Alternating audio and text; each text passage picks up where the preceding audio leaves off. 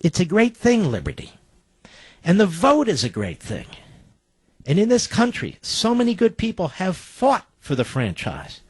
So now that we have it, why would you allow politicians, hack partisan politicians, to destroy the integrity of the vote? This isn't a racial thing. It's not even close to a racial thing.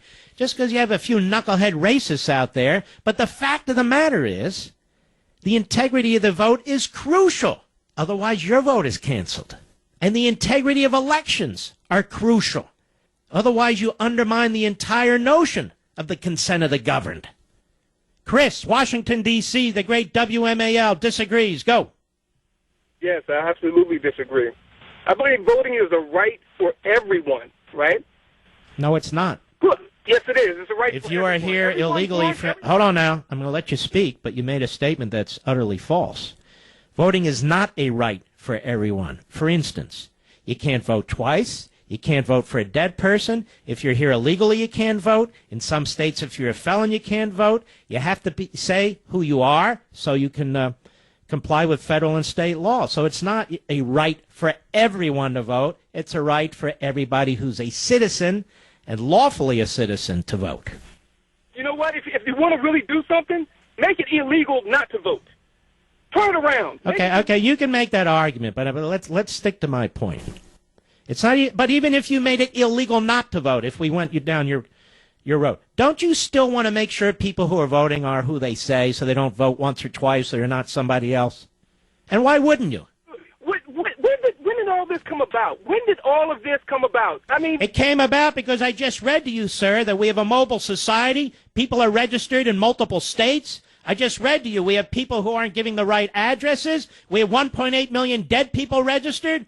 Somebody's trying to do something about it in different states, and rather than fighting it, why don't we clean it up? Who are the frauds? Excuse me? Who are the frauds? Who are the frauds? Give me Who are the frauds? I'm telling you the statistics. I don't have all their names.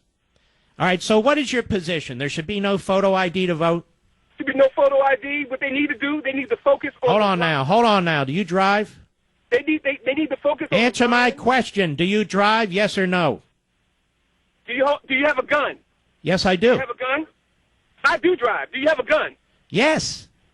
Okay. Do you need to show a photo ID to shoot your gun? To shoot my gun? No. To shoot your gun, to go to a target range. No, but what I have to do to have the guns that I have is have a photo ID and a birth certificate. Do you have to have a photo ID? All right, pal, I already answered your question. Now, you drive and you have a photo ID. Was that hard to get? No, it wasn't hard to get. How much did it cost you? Not much. Right. What? It's not a big deal, is it? A photo ID? You got to be able to go through a certain test to be able to drive the car. No, you don't have to go through to drive a car. Hold on, pal. But to get a photo ID, if you want a photo ID to vote, you don't have to go through any test. You just have to prove you are whom you are, and they give it to you for free. You don't even have to come in to get it. They send it to you. So you're saying the photo ID is free? Yeah.